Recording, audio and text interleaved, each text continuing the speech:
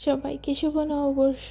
মানুষের নববর্ষ নিয়ে কত কিছু প্ল্যান থাকে, কিন্তু বিশ্বাস করেন আমার কিছুই প্ল্যান ছিল না। তো কি আর করার, স্কিন কেয়ারে ফোকাস করি। কিন্তু বিশ্বাস করেন এই স্কিন কেয়ার রুটিন বেশি দিন থাকবে না। প্রত্যেক বছরের শুরুতে চেষ্টা করি যে না এবার আমি স্কিন কেয়ার করব, কিন্তু প্রত্যেক বছর সে প্ল্যান ফ্লপ হয়ে যায়। আর প্রত্যেক বছরই নিজেকে আশ্বাস দিই যে এবার থেকে আমি আমার স্কিন কেয়ার রুটিন ফলো করব, যা প্রত্যেক বছরই ফেল হয়ে যায়। কিন্তু হ্যাঁ, আমার স্কিনের কেয়ার করা অত্যন্ত জরুরি, কারণ আমার স্কিনের অবস্থা একদম বাজে। তো সকালবেলা উঠে আমি আমার স্কিন কেয়ারটা কমপ্লিট করে নিলাম। তো যাই হোক, স্কিন কেয়ার করে চলে গেলাম চা খেতে, কারণ সকালবেলা চা না হলে আমার মাথা গরম হয়ে যায়। আর এই চা জিনিসটা ছাড়া মনে হয় আমার দিনই শুরু হয় না। তারপরে দেখতে পাই মা পায়েস করেছে।